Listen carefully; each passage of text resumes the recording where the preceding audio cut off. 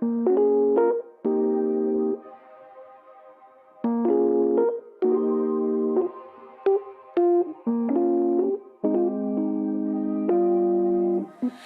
can do what I want when I want to do it. I can do what I need when I need to get. Do it when I need someone else. Can't be too proud for help, but gotta look after myself. Sometimes it can get lonely, never living in the moment. When the sun is shining, hope that I'm reminded, like how the clouds keep changing. I'm always steady rearranging, going back to the basics of what a good day is. What a good day is. And that's exactly what the day is. But it's exactly what you make it. So please don't go wasting. And I'll do the same, even if it's raining. How could I complain? And my feels got me feeling some type of way. You always free to take a break. Hope you feel what I felt. You gotta look after yourself. Sometimes it can get lonely, never living in the moment. When the sun is shining, hope that I'm reminded, like how the clouds keep changing. I'm always steady rearranging, going back to the basics of what a good day is. Of what a good day is. What a good day is. And that's exactly what the day is. All right, we are in the building. Y'all know what to do. Drop a 1 in the chat if you can hear me. Drop a 1 in the chat if you can see me. We gonna go ahead and get right into it. Hopefully y'all are doing well on this Monday morning. Let me see how we looking up in here though. Ooh wee. Looking all crispy and clean on the screen. Welcome y'all. Welcome back to another YouTube live stream and another episode of The Morning Show. I'm your host, Classy Beats, of patreon.com/classybeats. The link is in the description, the pinned comment in the chat as well. We're gonna have a great show for y'all tonight, or today. Man, I'm rushing through the morning already. It's gonna be a busy day, but we've got a lot of breaking news to get to today. We've got a little baby lawsuit. As y'all know, Jermaine Bass is being sentenced this morning. That's going to be an interesting one. We've got a couple things going on with Tony Busby again, taking another L. This guy, I don't know how he's still practicing, but again, I'm not a lawyer, so we'll see what's going on there. But before I get into it, I've got to say what's up to the people, man. Good morning, y'all. Shout out to everyone who's in the building. Thank y'all for being here. Let me see. We've got, oh no, hold on a second. Of course, my awesome, amazing Amy is in the building. Shout out to Amy in here. Every single show, showing up, showing love. Amy, I appreciate you. We've got Michi's in the building. Les Cleaver's up in here. Valencia. We got A Fitz. Also, Kara is up in here as well, dropping the early super chat with the 2 bombs. She says, good morning, everyone. It's Monday. Happy Monday to y'all. Taco Tuesday is in here a day early. We've also got Slim Life New Jersey is in here. Good morning, Ryan S. Peter Steele, Beautiful Butterfly, Libby 22 SC Girl. Good morning, Tada's in here. We've also got Miss 86 is back at it, and then look at it, Libby 22 SC Girl with the 5 bomb as well. Says happy Monday. Thank you so much for the super chat. I will be reading super chats throughout the show as well. Thank y'all to everyone who sent that in. Also, if you could do me a favor and make sure you like the video on your way in. Not only is it free, not only does it take less than 2 seconds, but it does help the show continue to grow, and it lets the algorithm know that y'all are enjoying the show, having a good time here, getting to listen to some breaking news and see some crazy stuff, and it shares the video and the channel out with more people. So thank you to everyone who's done that so far. Shout out to Nana Banana in the building as well, and we are going to go ahead and get right into it. Y'all know we're on a little bit of a delay this morning, so I want to go ahead and get started with Jermaine Bass up in here. Now, if you've been watching, you know that Jermaine Bass was recently found guilty on all counts, on every single one of those counts. He did not, the jury was not feeling it at all. They said he did what the prosecutors were saying he did, and he was found guilty this past week, right? Now we're going to have his sentencing today. We're actually going to hear from some of the family members on both sides. We're going to hear family members on the side of Jermaine Bass and trying to defend him in certain instances. And we're also going to hear actually from Shirley Bass finally. Now, if you've been following this trial, you know that Shirley Bass did not testify during the trial, but she's going to have some things to say during this court proceeding. So let's go ahead and get into it. Again, if y'all could, make sure you like the video on your way in. Let's go.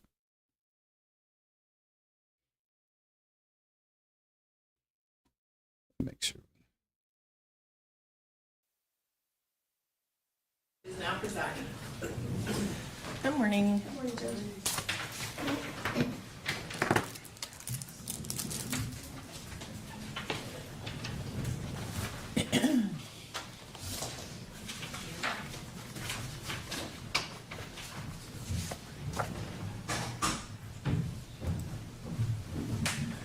All right, I have received the defendant's and motion for new trial and have read that as well.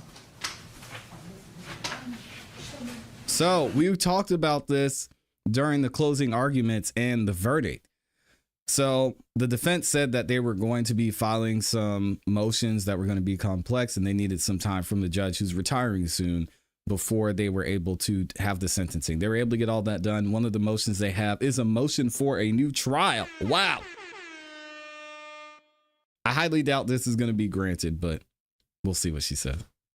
I'm sorry? Did you review the updated score sheet? Yes, I did. It is I'm gonna correct. go ahead and send that to PDF. I'm gonna go ahead and email it to her. Sure, sure.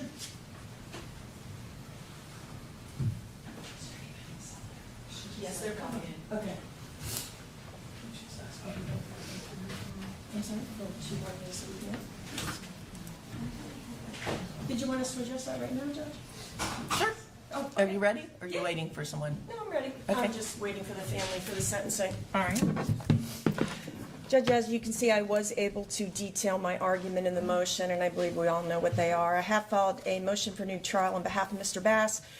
Here we go. I think and believe that the strongest appellate argument is the fact that another court had denied his motion to suppress. I firmly believe that that motion should have been granted, and those statements would not have come into trial. And I have detailed out in the motion, and of course, we had the proffer during trial. We have all the evidence from the motion before Judge Fernandez, and of course, we have all the evidence she was given as well. The second was not being able to make arguments concerning voluntariness of defendant's statements. And the third would be all the information concerning all the other ammunition that was in the master bedroom, which of course, the state's own testimony said was clearly not related. So I would ask the court to grant Mr. Bass's motion for new trial. I'm relying on the rest of what is in the motion, of course, for detail, and the other arguments that we made during trial. Thank you, Judge. And for the record, I know that you had also indicated that you had not had a chance to respond to the state's case law. But Yeah, did you see the email? You did in an email, and you distinguished those Yes, I did. cases. Yes, I did. But Thank I you, think Judge Fernandez came to the same ruling despite that. Yeah, Right. sounds Thank like you. it. You're welcome. Mr. Terry, did you want to add anything? No, Your Honor. All right. The motion for new trial is denied. Thank you, Judge. You're welcome. Okay, shot that down. All right. State ready to proceed with sentencing? Yes, we are, Your Honor. They say we tried. I don't think that'll be the end of it though. Family members would like to come up and make a statement. Of course. Yeah. So now we're going to hear from some of the family members of Shirley and Jermaine Bass. It's going to be interesting. Right here, sir. You have that, you have that mic right from you. Anyone asking for these witnesses to be sworn? No. All right, if you would, please No. introduce yourself and tell me what your relation is to the children in the case. My name's Richard Romeo. I'm the uncle. Okay. Yeah. Uncle Sir, Romeo. did you want to, you know we're here for sentencing, did you want to make a statement to the court as far as what your family feels, how this has affected you all, and what you'd like to see happen? Yes. Okay, go ahead. And Just want to say good morning. First, I want to address the court and the jury and say thank you for some kind of justice for me and my family. Jay, there's no amount of time that you will be serving to make this right. The trauma That's a fact. that you caused, we will always be affected, not for only for my family, but your family as well. I tossed and turned many nights, thinking, how could someone do something like this to their kids? They do not understand the joy of being a father. I guess I will never comprehend that. Because being a father is the most rewarding thing I ever had to experience. Jay, you will never Amen. get the pleasure of hearing, Daddy, I love you. Daddy, Daddy, I need you. And so on and so on. I pray that that eats up at you at every night of your life, for the rest of your life. That you will never hear that again. Jay, you're a truly definition of a coward. You took your anger out on your own kids that were very defenseless. You intended to hurt my family without thinking about hurting your family as well. You're not there to comfort your family members. You're not there to do anything to make it right. You left JJ to believe that he has to be my sister protector when you were certainly not. It's JJ fair. asked me one night, Uncle, why did this have to happen to me? I replied to him, I'm not sure. I know that you're a survivor and you was meant to do great things. He said, why did my sister have to die? I replied to him, because she knew you needed an angel to get through this life. And when Dang. things get tough, you will ask your sister, what do I do? And she will help you find the answer. He said, you're right, Uncle Richard, because she helped me this far. Jay, you did not win, though. You lost. Not only your freedom, not only the opportunity to be a part of JJ's healing and his greatness, which he surely will be. You lost the opportunity to have that father-to-father talk, to give guidance, participate in school events, sport events, and witness those teenagers and adults first that most parents treasure. You did not succeed. You did not win. My nephew and my sister will heal and will grow and to continue to be great without you. While Jayla's spirit is shining down on us and we are proudly honoring her memories, you did not win, you loser. You I call hope him that a he gets loser. the max sentencing that he could possibly get. And loving memories of my niece, Jayla. Dang. All right, thank you. He said, throw that man All right, under does the anyone jail. else have anything they'd like to address the court with? And the sentencing is for the purpose of the court determining how this loss has affected you and your family. The sentencing is not a time for name calling and attacks on the defendant. So if that's what you're going to do when you're going to come up, you need to reevaluate that. Come on, Judge. Let him All right. have it. Dang.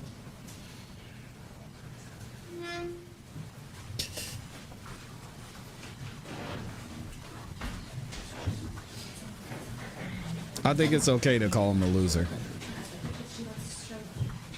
I agree. Hi, good morning. Good morning, Your Honor. If you would, please tell me your name and how you're related to the children. Shirley Bass, mother. Okay? Oh, there it is. There's Shirley. Ms. Bass, did you have a statement you wanted to make to the court regarding the sentencing in this case?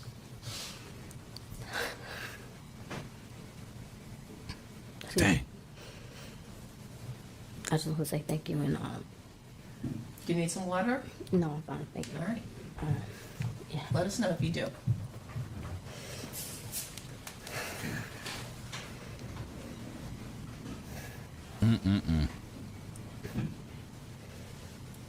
Yeah, I think we're all wondering why she didn't testify. It is what it is. It's never going to be any justice for this, but I pray that we can all move forward while our angel is looking over us all. Life as a mother and wife comes with its challenges. It's not always perfect, and each day isn't filled with sunshine. But with faith and prayer, you navigate through the ups and downs. You embrace your role as a football and cheer mom. And despite financial hardships, nothing compares to the joy of witnessing your children thrive in activities they love. You focus on their happiness, content with your daily routine of work and family life. Yet in an instant, everything changes. Your husband and children are taken away from you, leaving you to question, how could he? How could he hurt them, putting them in harm's way, knowing he's supposed to be their protector? What could drove him to such actions? Sad. No longer is it about why, but how. How could a person choose to harm their own child? A little girl who just begun to experience the world, who started kindergarten 19 days before, and who will not lose not only her first tooth, but her entire life just 13 days later. How could you? Dang. How could you take away the life of such an innocent, joyful, promising child? How could you? She would never get to experience her first dance or celebrate her sweet 16. And she'll never become the cheerleader she was destined to be. How could you? As a mother, the thought of the experiences I wish to share with my daughter is heart-wrenching. Those moments were stolen from me by someone I trusted, who I thought I loved, in our children. Understanding that no sentence you receive could ease the pain or bring her back is a harsh reality. You think of your son, who looked up to his father, loved playing video games, and dreamt of being a football player. How could you attempt to take your own son's life? How could you? You ripped away your son's dream and deny him of a fair chance. Yet through it all, I feel blessed to witness my son's healing journey. Tears of joy filled my eyes the first time he stepped onto that field again, knowing that what he has endured. He proudly declared that he will wear the number 5 to honor his baby sister, Jayla. Wow. In the weight of this tragedy, it is now my responsibility to ensure that my son, JJ, is protected. I am determined to create a safe and loving environment for him, one where he can thrive and continue to grow without fear. Well, that was always your responsibility, but Jayla is now with the I'll Lord, let it go. resting in his arms. She walks with us every day. Those we love may leave us, but they remain in our hearts forever. Jayla is deeply loved and very much missed. We cherish the 5 years we shared with her and the beautiful memories we created. She brought us the best 5 years of our life, and our heart knows the sweetness of the angel she was here on this earth.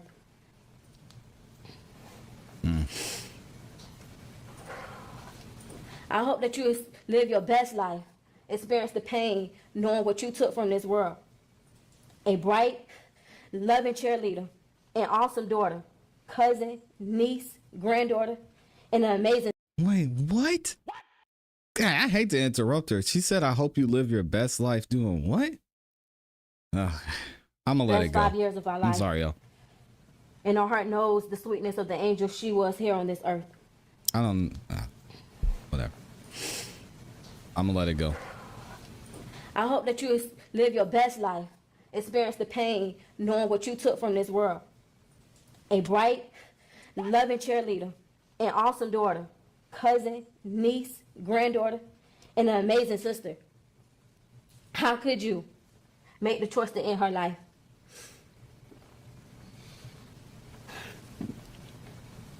Tune is JJ is a warrior. And he has an angel looking over him every day now. It's Double J forever, and Mommy loves them both.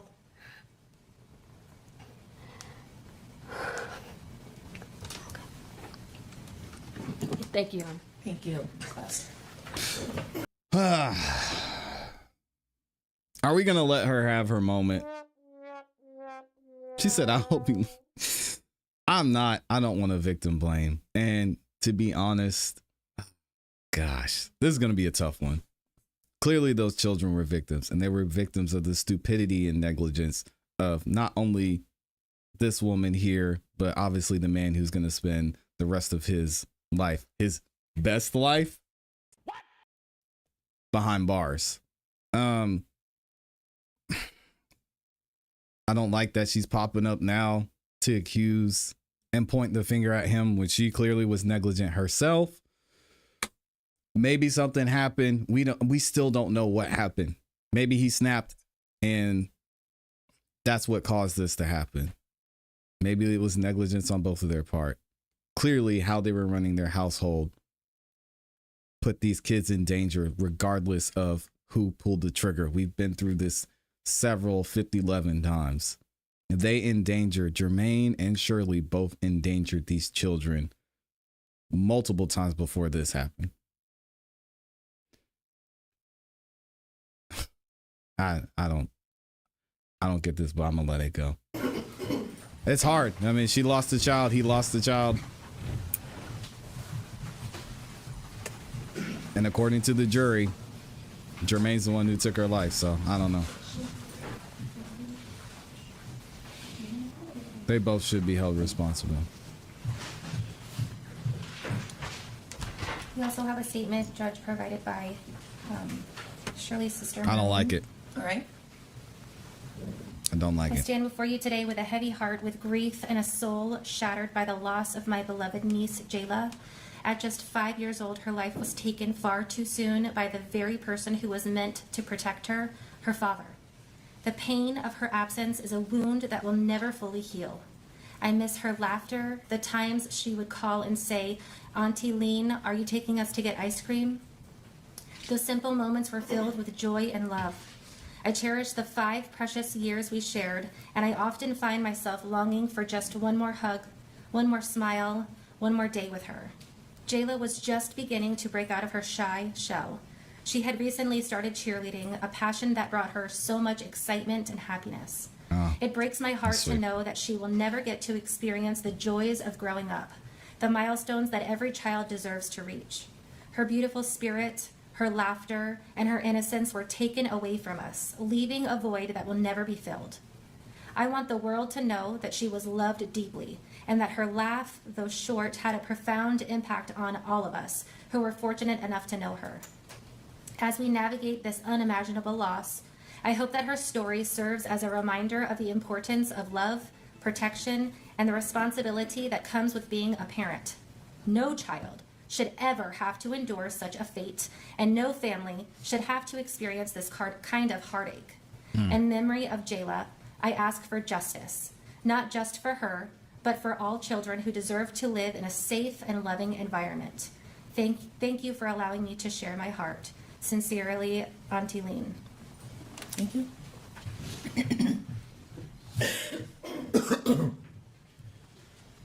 Judge, that's all, Your Honor. So it's the state's position, obviously, in count one, there's no choice but to give him life in prison. We would ask that he receive the maximum on all 3 charges on such a heinous crime, taking away the life of his own daughter, attempting to take the life away of his son. It was a horrible act, one of the worst. And we are asking, Judge, that he get the maximum, which is life in prison on all 4 counts. All right. And did you do a guideline score sheet on those 3 counts? We did, Judge, and I believe it's been submitted to you via email. Oh, okay. Thank you.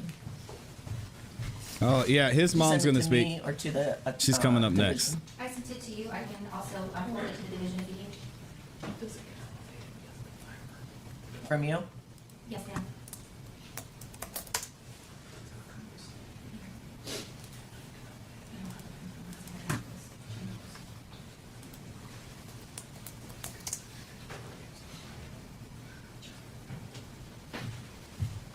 This defense review it? Yes, ma'am. I wish we could hear from We Jermaine. located some errors and they have been fixed, and the final copy is accurate, Judge. All right.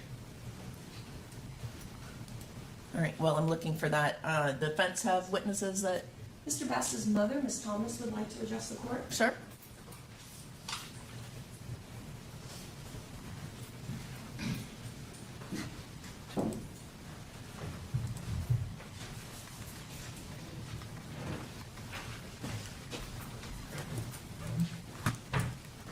Here she is. It's Jermaine's mom.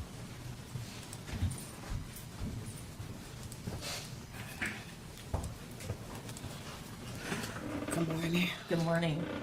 Could you state and spell your name for the court reporter, please? LaQuanza Thomas, Laquanza, Thomas, Thomas. We What is saw your her sitting relationship behind to him the Mr. whole Harris? trial. That's my son. Okay. And Judge Ward, what would you like to tell her this morning?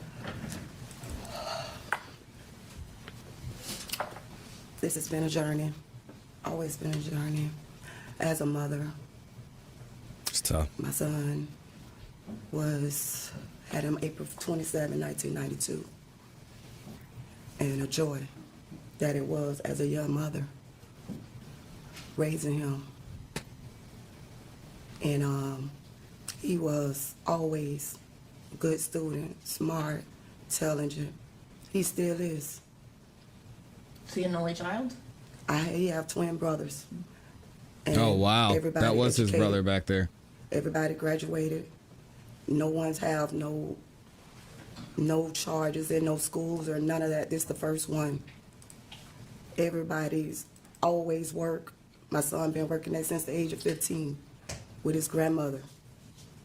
Then got on his own. He always been, when he met her at the age when she was 17, he always was a provider, a protector, and a pleaser. Well, Because he was the one who was always working. And he always made sure he provided for his family. And he always made sure that no matter what, they was good, even before I was good. He went back because he wanted to be a husband and he wanted to be able to take care of his kids. But sometimes you have to learn to separate yourself, love yourself more. Because sometimes you will be on a journey and that you can't see because you're not used to it because it's your first love. You didn't have all those experience. And as a mother, I couldn't give you of who you was gonna love and end up with and what the journey you would have had to go on. what is she talking about? But I'm always here. And one thing about it, all the men at the cruise ship, because he was a welder building cruises. His last job. They know what everyone said, nothing but good things about you. You hold your head up. I don't know, I still don't know the answer. I don't know why. I don't know none of that. But one thing that I will say, if it happened, if you did do it, it's a crime of passion because of the stories that I know. Oh, hell no. Mama, no, mama. Mama. Why? Why, mama? God, Jermaine's on his own on this one. God dang, I can't believe she said that. Mama, why? Sheesh. This is crazy. About you. You hold your head up. Oh my God. I can't believe she just said that. I don't know. I still don't know the answer. I don't know why. I don't know none of that. But one thing that I will say, if it happened, if you did do it, it's a crime of passion because of the stories that I know. And they say, why? Why he called his mother? Because I'm always that mother that's going to be there, that I'm going to come. Mama have the answers. That's what my kids know. And maybe I went and did protect them too nobody's much. got his My this man's kids work back. and they be at home playing the game, Dang. even at this age. But maybe I don't know how to stop a little bit. I'm just saying, But Amy, that's I crazy. love my grandkids because I'm just like I was about my sons. I was that grandmother. If nobody else was there, I was there. I made it happen. Oh, she knows she about to be cut off. So you hold your head up. I love you, and I'm on this journey with you because I know if you did this, She says you. it was a crime of passion. Not nothing else. Oh my And I God. thank you all. Thank you for being here. She said if you did this twice, God dang. If you did this, it was a crime of passion. Against a child? What? This is... Oh, God. This is terrible. Yeah, this is disgusting. I agree. Why, mama? Thought you was a queen, mama.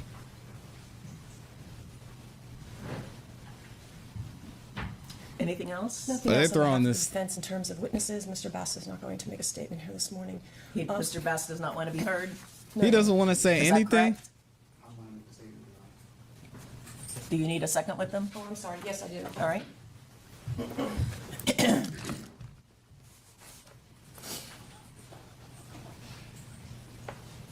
He said, I want to make a statement. Oh, God. I can't believe Jermaine's going to say something.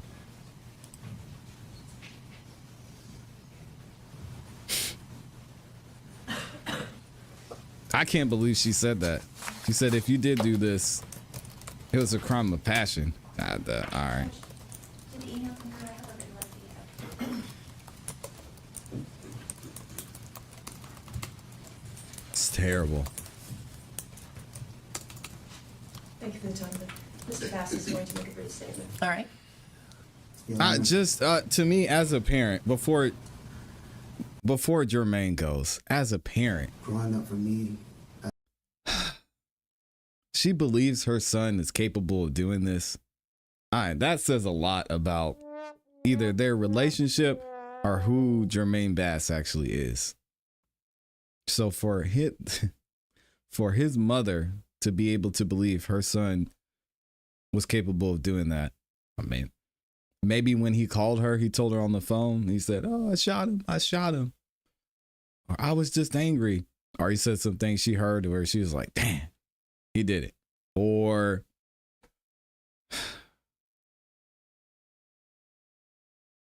she's known for a while that he was capable of doing something like this and just didn't really see the signs. To say it was a crime of passion and he did this against a child is, I don't want to hear that, man. That's insane. His own mama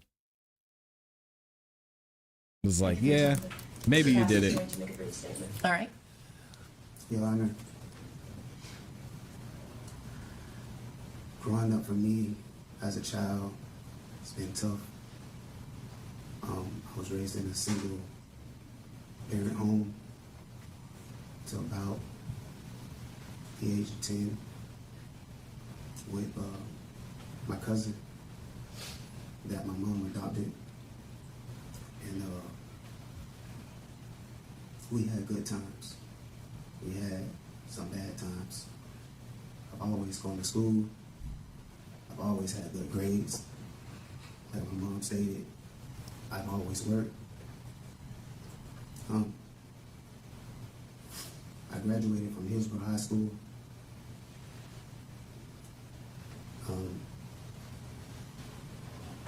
I'm a good person. I've worked. I've always provided for my family. I've always been a good spirit, a good cheer. Y'all think he's a good person? I was always the favorite cousin, the favorite brother, the one who was, some people may say, the privileged one.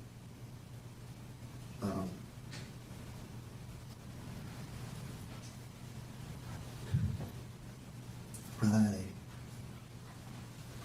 made sure that my family had the best. I always strive for the best. I moved my family out of Tampa to the Gibson area, a 2-story home, to provide for them, to make sure we had the best life in a nice subdivision. All those things Until you messed it up. I lost on this journey, but I did everything in my power to redeem myself and try to make things better. I love my son. I made sure that when he was going through his speech issues, I gave him a tutor. I made sure I put him on that football field. I made sure that no matter the cost for the elite cheerleading, I made sure that my daughter was able to go, no matter what was the circumstances or hardships that my family had to face. I made sure to try to come up with some type of resolution to get them to find a way out for them so they can have a nice life. He said, I love my son. He didn't say, I love my daughter. And as a husband with my wife, since we were like high school sweethearts. And we've been together, and she will always be my one heart, one love, one mind. Regardless of the circumstances on how anyone feels or what they may accuse me of, I know the outcome. I just want to say, after hardship comes relief, and I hope that my family and her family, they find some type of peace. And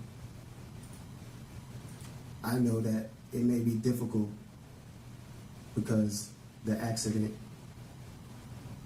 but I hope that God guides them and give them strength as the same strength that he's given me, and the courage and the protection from all evil. And also, I know that God has a plan for everything, and I know he works in mysterious ways. But oh man, in the this end, come on, man. I know God will I don't wanna always hear watch that. over me. La ilaha illallah. I got nothing else to say, Your Honor. Thank God, man. Get this dude, get And this the dude out of here. accident that you're referring to is the death of your children in that statement? Oh That's God, what you're see? referring to as the accident? Yes.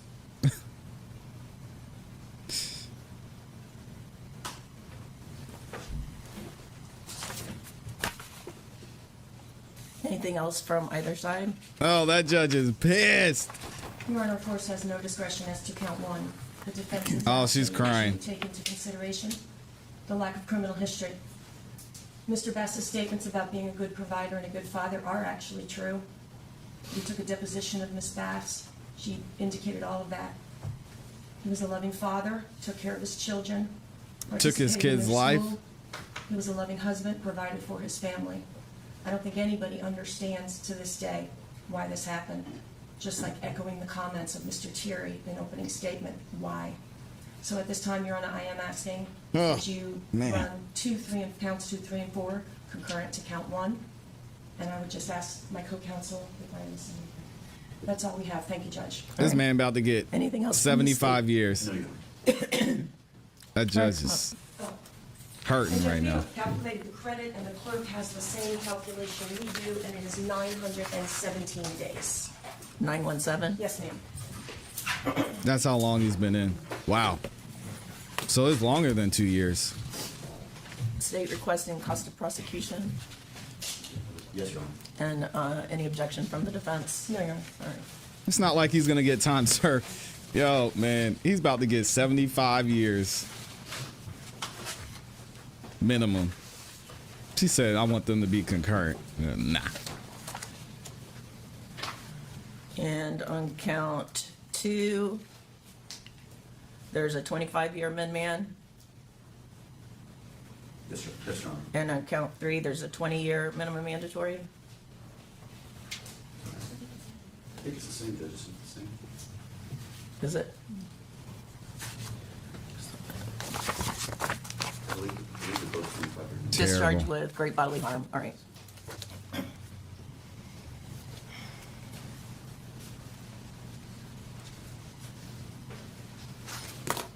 All right, based on the jury's verdict, Mr. Bass, on counts 1, 2, 3, and 4, you're adjudicated guilty, sentenced to life in Florida State Prison.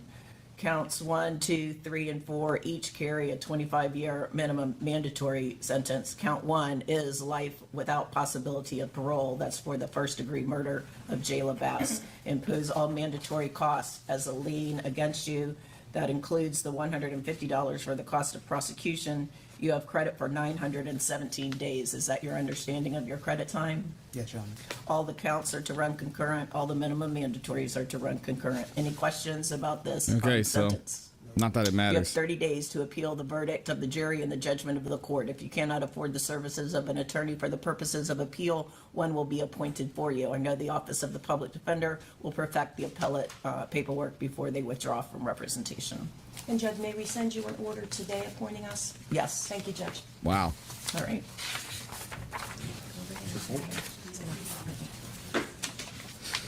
No cause for celebration.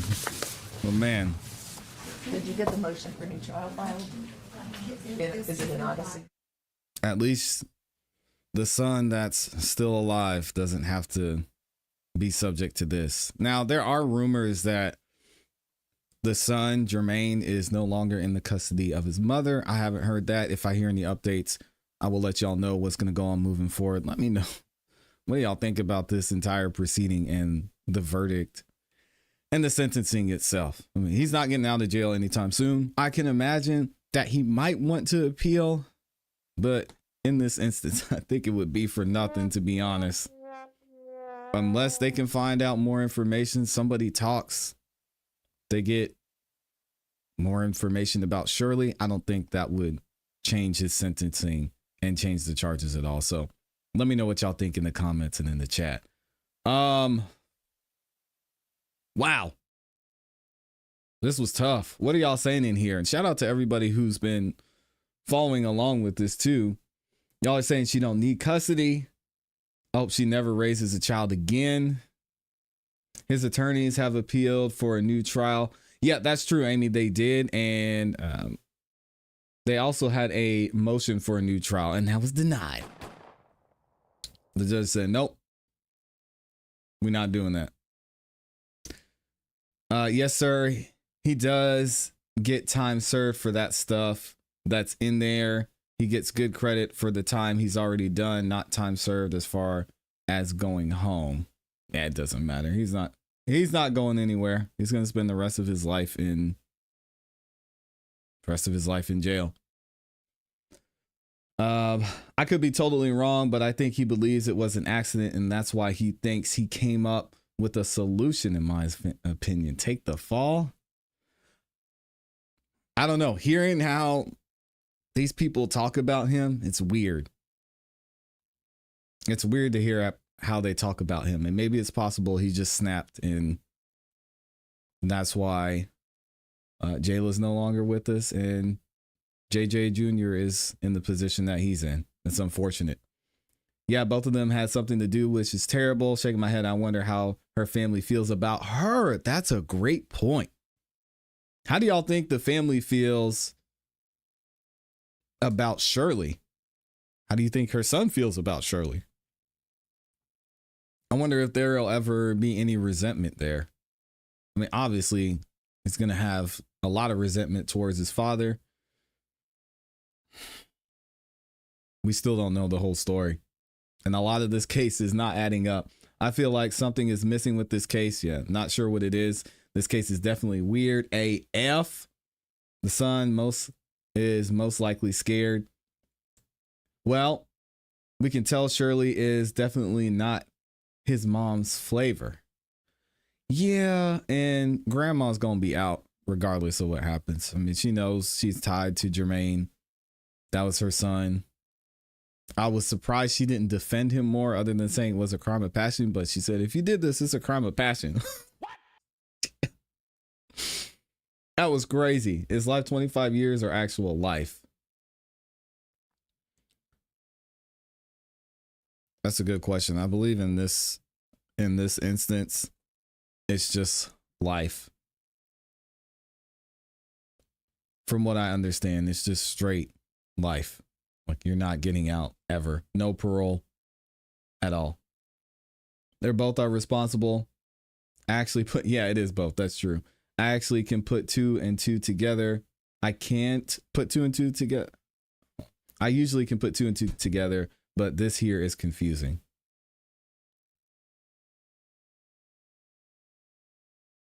Sad, man. The way the judge looked when he confirmed he was referring to his children's shooting as an accident, he about to get 1,000 years for sure.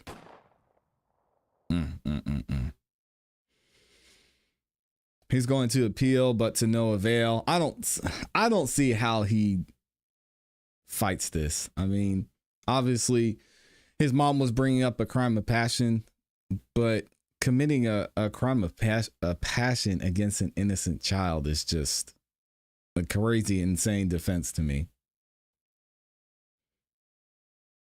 The statements from everyone except the uncle tell me everyone thought he was capable of doing this. Living your best life is a strange thing to say. I mean, maybe she misspoke because she was nervous, but that is a super weird thing to say.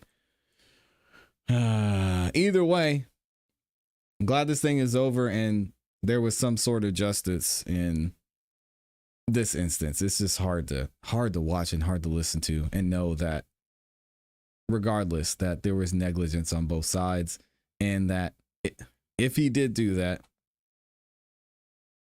I don't see how someone could be capable of that. All right, let's go ahead and get into our next topic. Again, thank you to everybody who's in here. I appreciate y'all, man.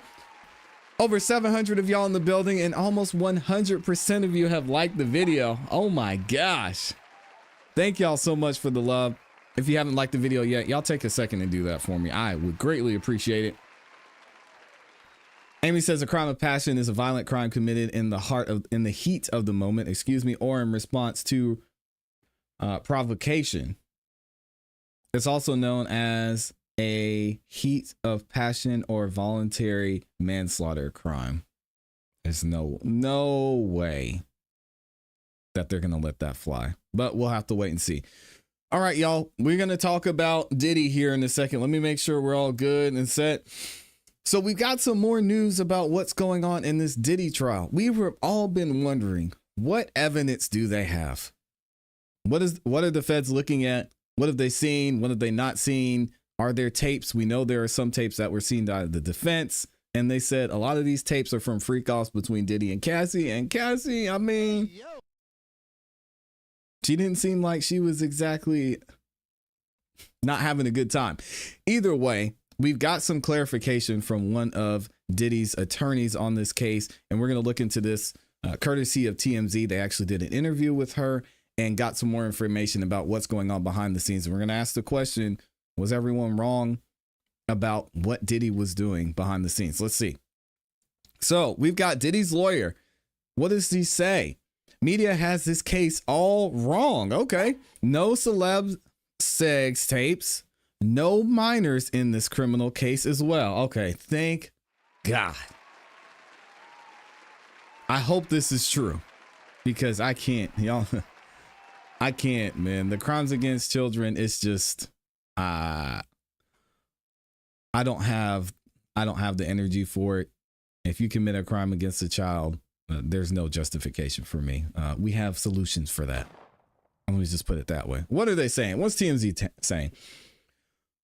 All the talk of celebrities being caught on video participating in Diddy's freak-offs is BS. Okay. So says Diddy's lawyer, Tenny, I'm going to mess up her name, Tenny G, who came out swinging on TMZ's Two Angry Men podcast. And we're going to watch the video here in a second. Tenny flatly told Harvey and her dad, Mark, no celebs are on any of the tapes seized by the feds during the raids at Diddy's home. Interesting. Okay. Likewise, Tenny says none of the criminal charges against Diddy involve minors. Thank God. Something that has gotten a tremendous amount of play in the media. She says the media has gotten this case utterly wrong. There have been allegations of Diddy sexually abusing minors in civil cases, and Tenny has a lot to say about that.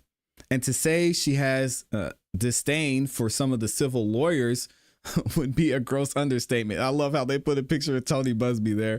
We're going to get to Tony Busby later. Tenny zeroes in on attorney Tony Busby, who has filed a slew of civil cases against Diddy. She scoffs at the first news conference, saying he was ambulance chasing by putting a 1-800 number behind the podium in an attempt to recruit clients, which we know turned out true. We saw in the case of Jay-Z that being dismissed. Tony Busby is still under fire for that. Harvey asked her why Hollywood has been so incredibly silent when it comes to Diddy. And she was locked and loaded, saying Busby made it clear he was going to leverage Diddy to get other celebs to open their wallets out of fear. If they didn't, he'd file a public lawsuit and ruin them. He did it to Jay-Z. She notes that there's at least one lawsuit against Busby alleging extortion. We talked about that. Check out the full podcast. Tenny makes it clear Diddy and his legal team are fighting back with defamation lawsuits, and they will keep coming when baseless allegations are publicized. Also, Mark and Harvey talk about the huge developments in the Mendez case. Okay, so we're not worried about that right now. Let's actually get into this video and see what Tenny has to say. It's interesting. I think that the public and the media have gotten nearly every fact wrong about what the prosecution's case is here. So I just want to take one issue with that. You know, there's no minors, there's no celebrity sex tapes. You know, the civil lawsuits here Thank are God. not driving the allegations that we're defending against, but it is driving the vitriol against him in the media. There are a lot of stories in the media about lawsuits. There's been a flurry of lawsuits in the past 2 days because of an expiring statute, essentially, which is why you've seen a lot of lawsuits in the past few days. But it's incredible here what I'm witnessing, which is that we're, at least I personally, like what people ask me about and come up to me about, are a lot of allegations that just have no basis in reality whatsoever. I think part of it is people are confusing the civil cases with the criminal case, you know, because there are allegations in the civil cases. Right. The celebrity sex tape is interesting because the U.S. attorney made a big deal in that press conference about videotapes. And this kind of created a life of its own, that they had seized videos of the freak-offs, and it kind of spun into who's on those tapes. And Hollywood became unusually silent. We usually hear an uproar with something like this, and we have barely heard virtue a peep signaling from Hollywood. And I Well, think I'd that's like one of to the address reasons. that. I'd like to address that. And I think there's one huge reason, and that's Tony Busby. Right after the indictment, he came out with a press conference with a 1-800 number behind him, threatening lawsuits against our client without having filed any. And we saw exactly how it played out, and we saw exactly why Hollywood went quiet. And that's because he was utilizing potential lawsuits against my client in order to get, to try to get, I should say, or what I believed happened actually did happen, but to try to get settlements from other people, because he basically leveraging potential lawsuits against them, or he would sue them. Of course, Jay-Z didn't fold, and look what happened. That case got dismissed, and That's now true. He's being sued for extortion in California. But everybody went quiet. not Jay-Z, but Tony Busby. Right. And you know, I think what you're saying, Harvey, is exactly right. Everyone went quiet because They thought lawyers they might be in trouble. have utilized my client and the fact that he's incarcerated in order to try to leverage my client's unfortunate predicament being in prison, leverage that in order to gain financial benefit.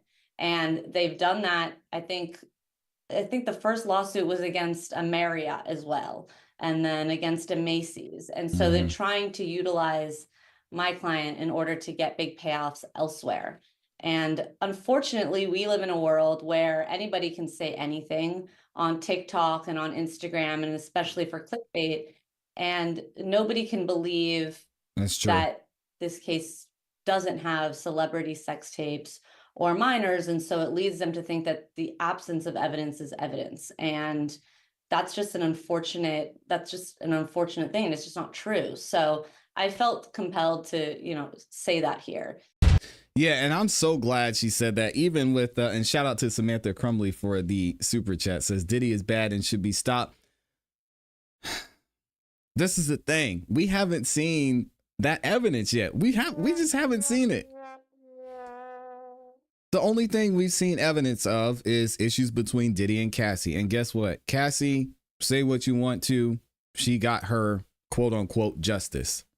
That is the only thing that we've seen evidence on. All this other stuff, all these other lawsuits that are coming out, we have seen no evidence about that.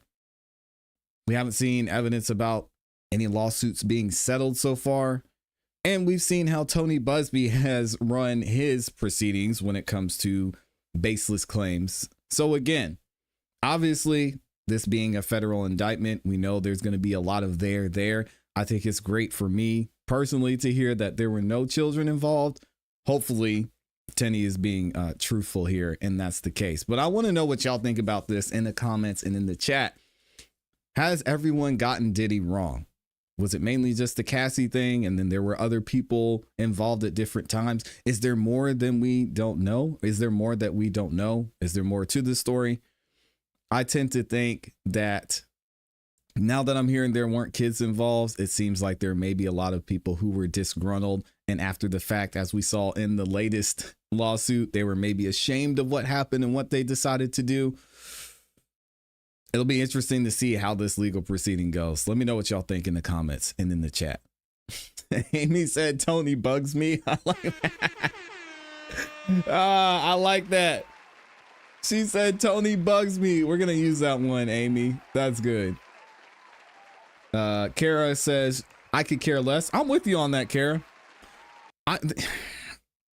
I'm glad that the kids are out of it, because when kids are involved, I'm ready to get the pitchforks out. But when it's a bunch of adults, consenting adults, I find it really hard to, it's a difficult situation, right? Because Diddy was a powerful man. He did have a lot of issues. He was putting people in certain positions. We saw what he did to Cassie clearly was wrong. But in these other instances, I'm gonna have to personally wait and see what comes out, because it seems like there's a lot of disgruntled employees, people who were taking advantage of the situation themselves, why they were able to, and then they felt bad about it later. And I hate that the law works that way in some cases. Again, shout out to Samantha Crumley with the 5 bombs. She says Diddy is bad and should be stopped. Everyone's lying. I think not.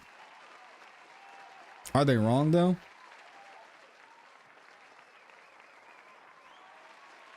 Are they wrong? I really hope that it's true that there's no minors involved, because I think that's going to be a lot easier for me to report on this and cover this as we go along, because, oh, God. Now, I've got the full interview from TMZ here. I'm going to put the link in the description. I'm not going to play the full interview, but if y'all want to go through some of this, let me know. We can watch it and react to it here as well. Let me see what else y'all are saying. I heard more disturbing things over the weekend. I don't believe Diddy is innocent. He's a very sick man. I think so too, but I think a lot of people wanted to be there. And that's my problem with the law. If you wanted to be there and you intentionally put yourself in that position, is Diddy responsible for that? I don't know. I don't trust TMZ. Yeah, this is a weird situation, because Tenny, who's representing Diddy, is the daughter of Mark, who's on this podcast with Harvey. So it is a little weird situation. Amy says, I wonder what Joe thinks about this case. Well, as we know, Joe said, he talked about it on the Breakfast Club. Joe said, I'm not going to be involved in this case. He actually had the opportunity to be one of Diddy's attorneys, and he's like, I'm good. He said he was too close to the other side of the camp, mainly some of the folks over at Rock Nation, so it makes sense that he would protect his interest in that case. I respect it. And we've even seen, who was that, RICO? what's that guy's last name? Was it Anthony? Is it Anthony RICO? Who removed himself as one of Diddy's, yeah, that's who it was. One of Diddy's lawyers. So he's like, nah, I'm out of here for whatever reason. So there's that. Everybody keeps saying they're hearing all these bad things. Everything you're hearing or nothing more are nothing more, I think is what you meant to say, than allegations until they have been proven in court. And I don't like the man, for the record. Yeah, but people don't want to look at things objectively. You know, they want to look at the glitz and glamour of the case and say, oh, he's a monster. Look at what happened. Everything they say about him is true. And I give this example 500 times. We've seen that video of Diddy kicking Cassie up and down the hallway of the hotel. And what people want you to believe is after Diddy did that, he went outside and he smashed people's windows in the parking lot. You know, he kicked somebody's dog. He took a woman and threw her into the middle of traffic. And if those cases were to come out and people were to make those lawsuits, they say, yeah, I knew it. Diddy's a monster. We got to take them case by case. And it's the same thing with Jay-Z. People were ready to throw Jay-Z on the bus. And there's a lot of people that look dumb on YouTube and in the media in general, because they're saying, oh yeah, yeah, this case, Jay-Z, you did that. I knew it, Jay-Z. And failing to look at things objectively. But I think one thing I'm realizing about media and YouTube is a lot of people don't want the truth. They either want the gossip, they want to know what possibly could have happened. But when it comes to looking at things objectively and looking at things from a stance of what does the law say, from a stance of what evidence is actually out there, most people don't want to hear that. They want something that's a little bit more polarizing, which I think that's fair. It can be entertaining, so I get it. After reading Kim Porter's book, says Amy, and listening to her kids, Diddy is definitely not innocent. No, I don't think anybody thinks he's innocent. But the unfortunate part is most people in the court of public opinion think he's guilty of everything.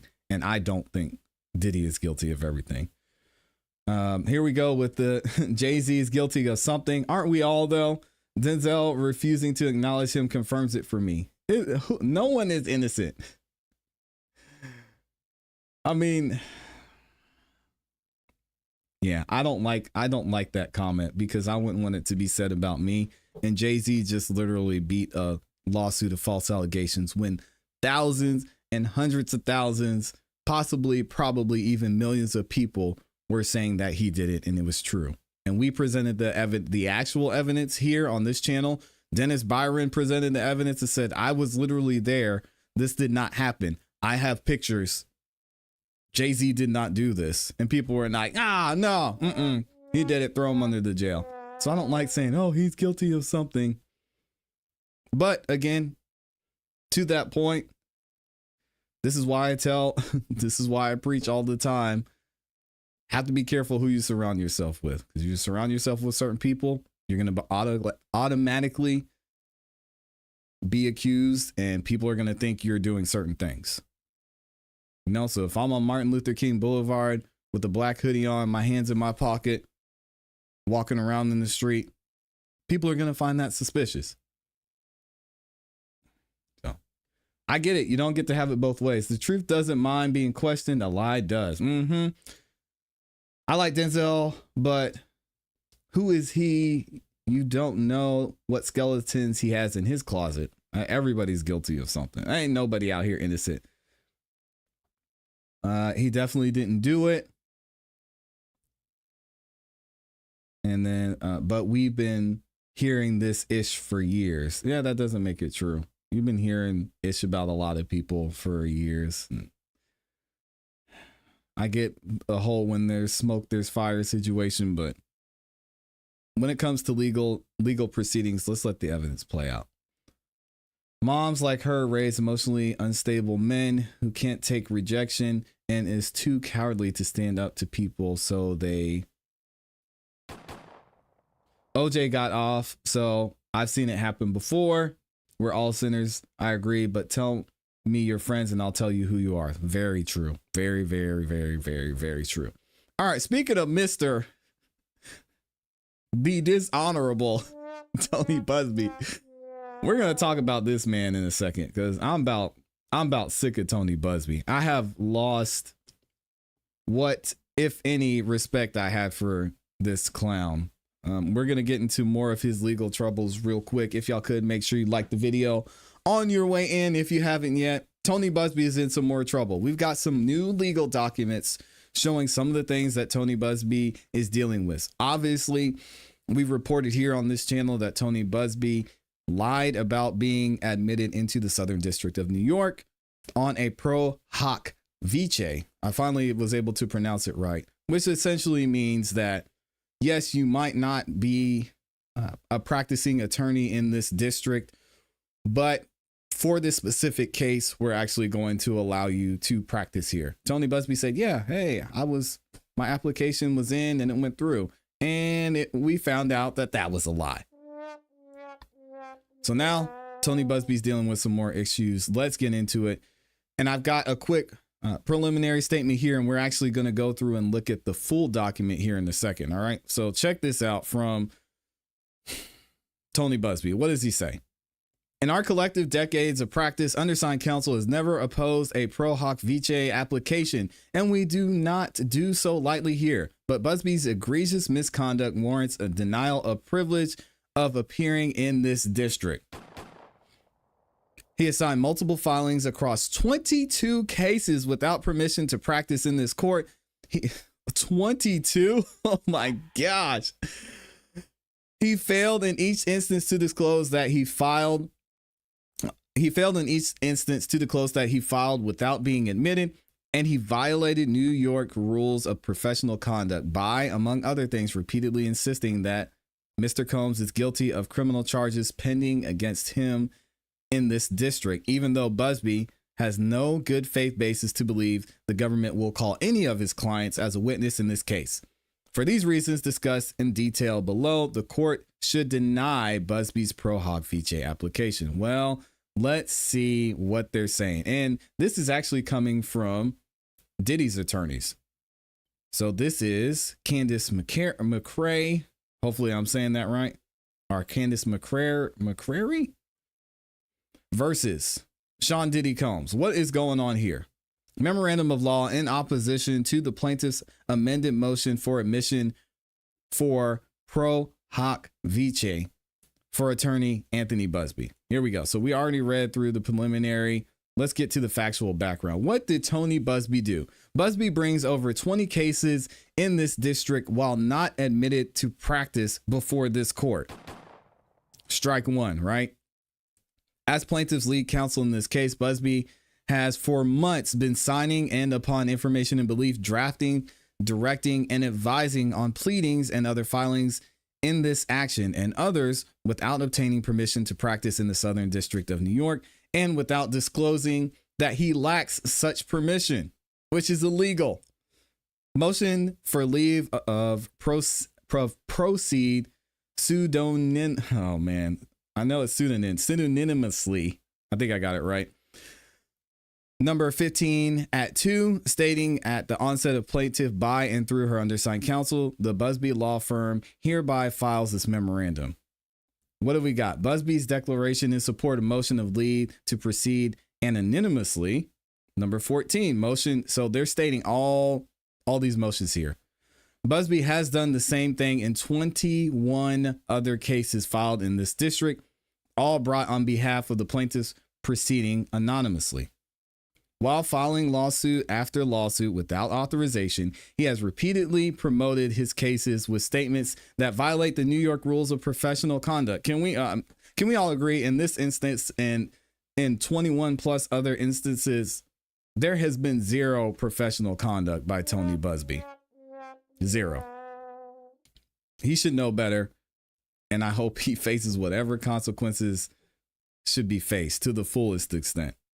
In countless social media posts, media appearances, and press conferences, Busby has inappropriately commented on pending litigation in a matter that violates his professional and ethical obligations by, among other things, opining on Mr. Combs' guilt on criminal charges that are scheduled to be tried in this district beginning May 5th of 2025. Worse, He has falsely accused Mr. Combs of abusing dozens of children when Mr. Combs has never been charged with such crimes. And again, Tenny mentioned this in her interview with TMZ. She says there's no crimes against minors, no child crimes. So this shouldn't even be brought up. It's not mentioned in the federal indictment. Let's move on from this. Since October 14, 2024, Busby has directed the filing of at least 22 actions in the Southern District of New York against defendant Sean Combs and a slate of entities associated with him. From October 14, 2024 to January 29, 2025, Busby directed the filing of and litigated cases in the district without having applied for regular or pro hoc vice admission. From October to January, Busby never indicated a single action in this district that he was not admitted here, that he had no application pending here, and that he had not sought admission for pro hoc vice, which is interesting. So he filed all of these lawsuits knowing he wasn't even allowed to practice here. Tony, what are you doing, man? Is this embarrassing? Opposing counsel brings to light Busby's lack of admission. And Jay-Z was a part of this, right? On December 13, 2024, counsel for Sean Carter, also known as Jay-Z, another celebrity Busby sued without a good faith basis, filed a letter in a related action before the before the Honorable Annalisa Torres, which disclosed that Busby had not been admitted to practice in the Southern District of New York, despite having signed numerous pleadings and other filings in this district. And then you can see Doe versus Combs. We went over this too many times. In the subsequent motion for sanctions filed on January 8, 2025, Mr. Carter's counsel noted that Busby had still not obtained admission pro hoc vice and further observed, indeed, although Busby advised the court on December 20th that he was admitted to practice in the Eastern District of New York and intended to apply for reciprocal admission to the Southern District of New York, he has not even sought interim admission pro hoc vice, which is dumb on his part. It just made it too easy. In response, Busby attested on January 22nd, 2025, that his application for reciprocal admission in the Southern District of New York was forthcoming and then was denied because the judge said, you already started signing off on over 21 plus claims and you didn't even apply. I can't allow you to practice here. Sorry. Terrible. This representation was false. Tony Busby lied again.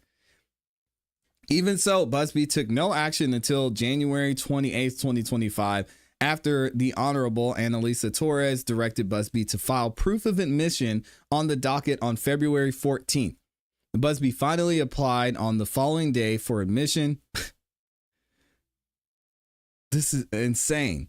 Even though at the time Busby had filed multiple actions in this district, he did not notify any of those courts that he had not yet been admitted to practice there, nor did he seek admission pro hoc vice. So that's strike two, all right? Strike three, Busby is denied admission to the Southern District of New York because he was playing some shady games. On February 13th, 2025, the Honorable Catherine Polk F., chair of the Committee on the Grievances of the Southern District of New York, issued an order denying Busby's request for admission. Busby was denied admission because the committee's review of the dockets, Busby had appeared in cases in this court without seeking admission. He just showed up and was like, yeah, we'll figure it out at a later date. They're going to let me in. It's all good. Let's get this thing rolling. The final sentence of the order denying admission states, in the event Busby moves for pro hoc vice or regular admission in this court in the future, he must attach a copy of this order denying admission for his motion or petition. So basically, he's going to be embarrassed anytime he tries to get regular admission or pro hoc vice, because he's going to show, hey, I tried some shady stuff in the past. My order got denied. So I don't know. I guess I have to let y'all know about that. Will he make the right decision? Who knows?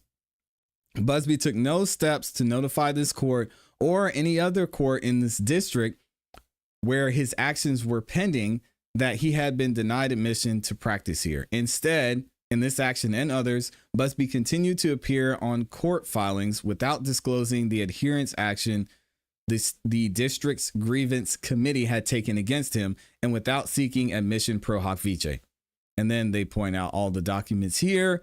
So that's strike 3. Strike 4. We're still going. Busby files the instant motion in response to a court order. Plaintiff filed the instant application for pro hoc vice admission only after the court required it. So basically, he was going to be practicing without being admitted, which, how is this possible? I'll have to ask one of our attorneys about this. How is it possible for someone to just walk into a courtroom and begin proceedings without this being checked? Especially if they're not someone who's already in that district. I don't know if it's just too much paperwork, that there's a lot to keep up with. I would be interested to know how this entire process goes. And could I just walk into a courtroom and be like, I'm here, Your Honor. Yes, the Honorable Attorney Classy Beats. And I'm representing this person. Yes, we would like to proceed. How does that happen? I don't know.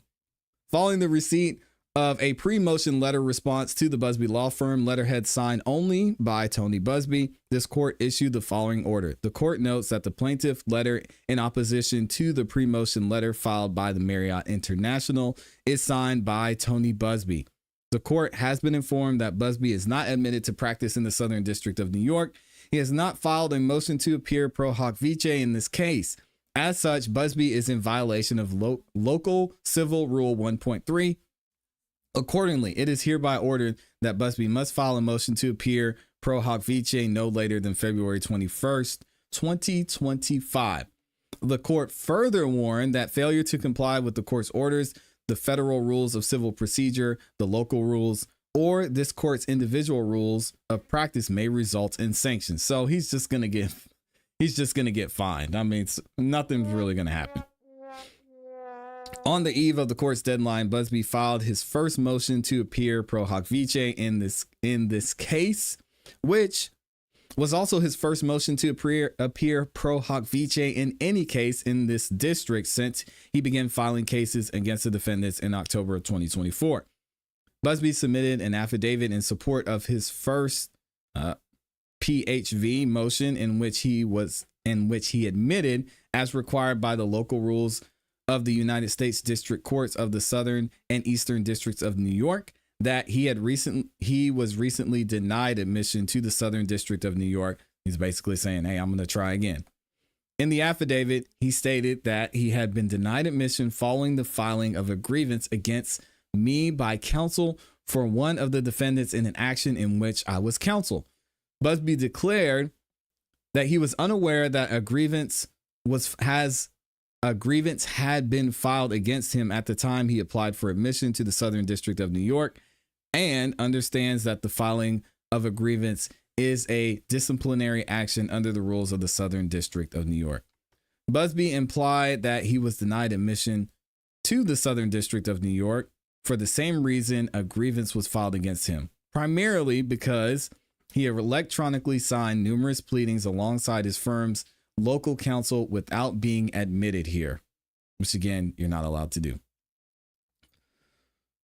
Busby also says, to the extent I violated the Southern District's rules, those violations were inadvertent.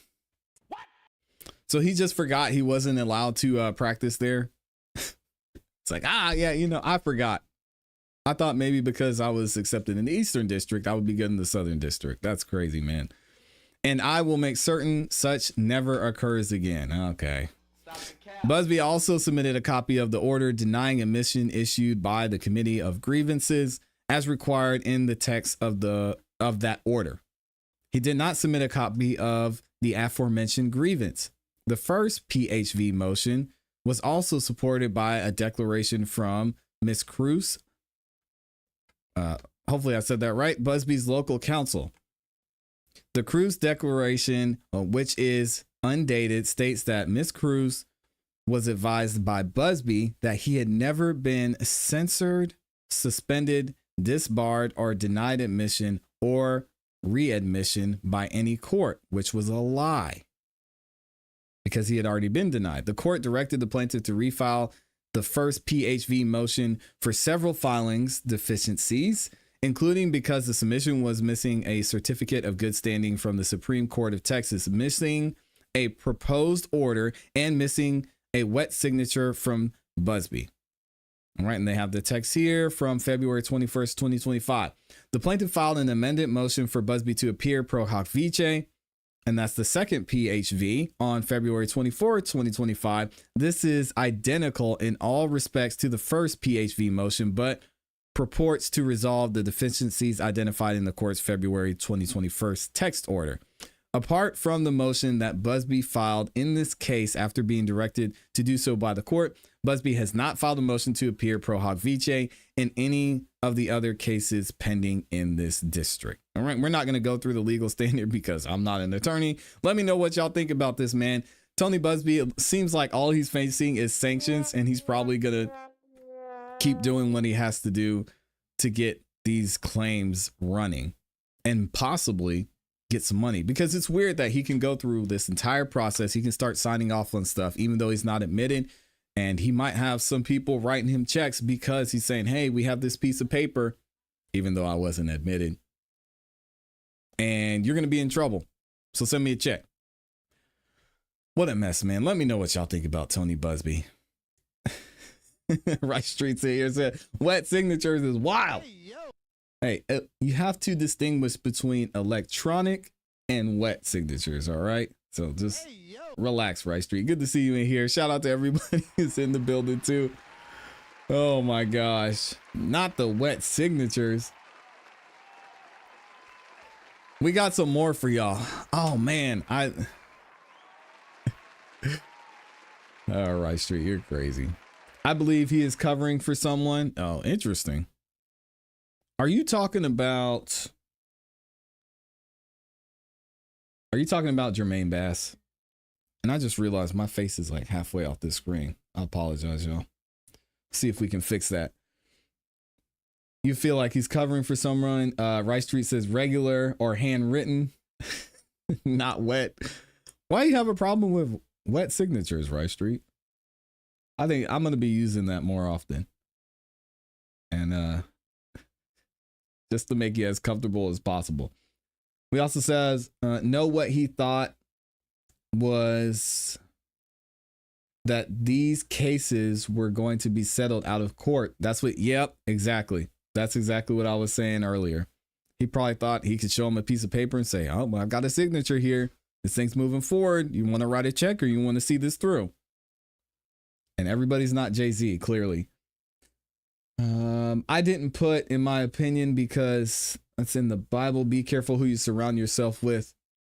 You don't know who's watching and how that can affect someone's faith. He had to have been bored or something, because what? Is Busby going to get in trouble for this?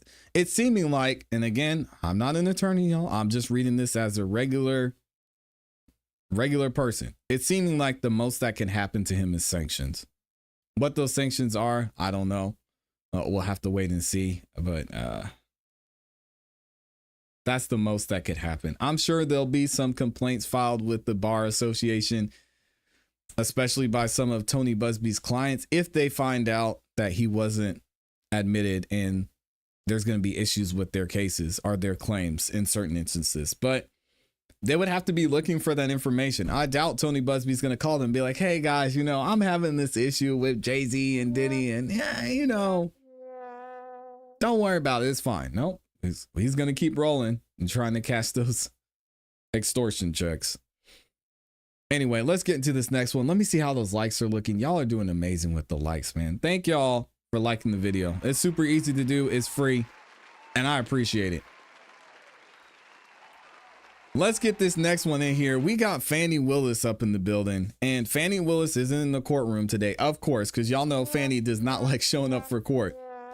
But we've got Judge McBurney, and he's actually going to have a hearing in reference to what was going on between Fanny Willis and the Judicial Watch. As we know, Judicial Watch was trying to get some documents from Fanny Willis and the DA's office under the Freedom of Information Act.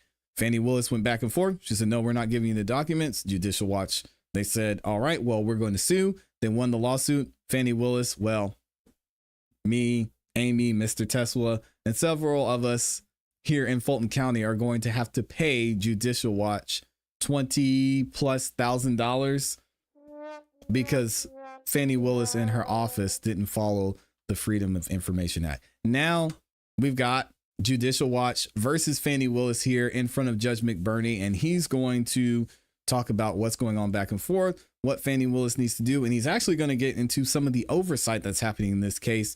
And he makes some interesting statements about how Fanny Willis in the DA's office has been processing some of these requests. Let's go ahead and get into it, see what they're talking about.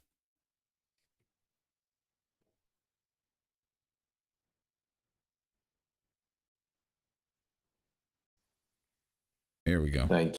Then let's, I need to hear from you. All right. Then let's get on the record. This is 24 CV 002805, Judicial Watch versus the District Attorney, Ms. Willis. And we are here to talk about next steps in the case.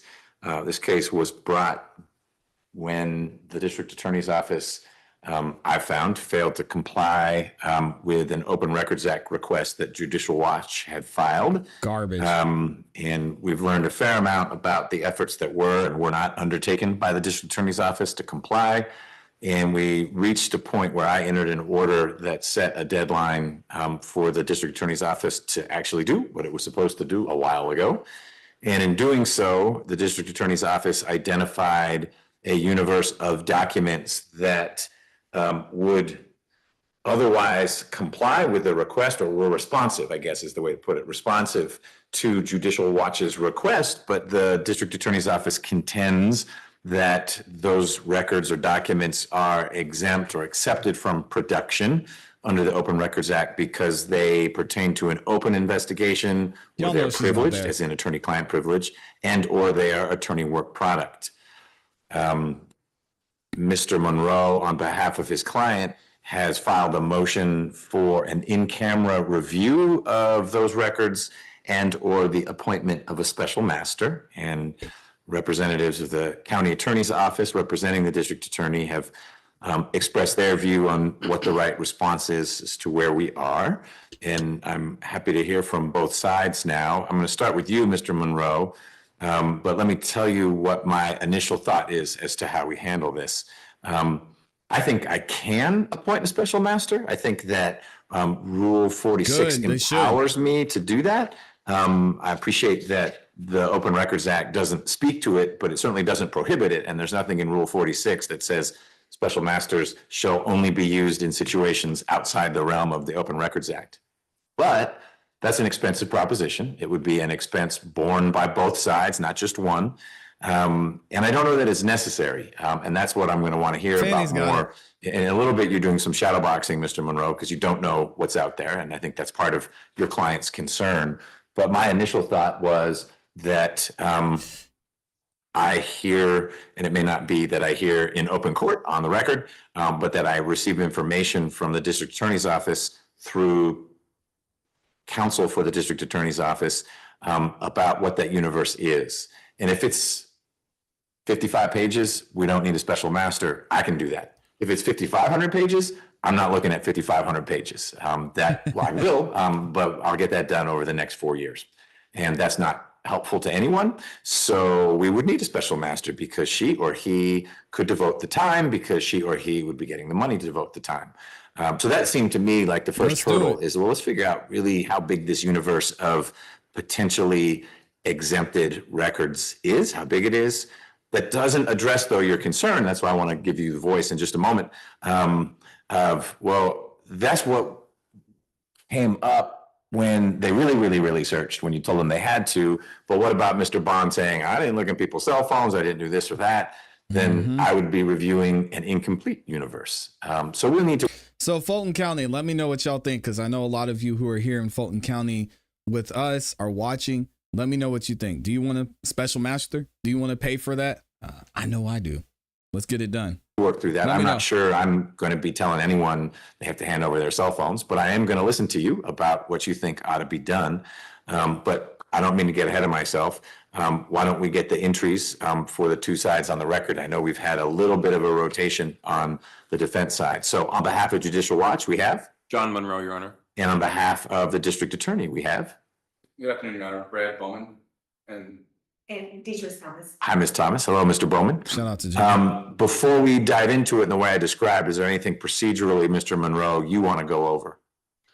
may I remain seated so I can say by the microphone, Your Honor? Is that all right with you? As long as Ms. Taylor can hear you, I'm fine with that. Let's make it easier by adding you, and you can move the screen around if you want to be more centered in the screen. And then we've got a screen with the lawyers for the DA on there as well, so Ms. Taylor can see all that. And she gets the bird's eye view of the courtroom. So you can stay right there. Procedural matters.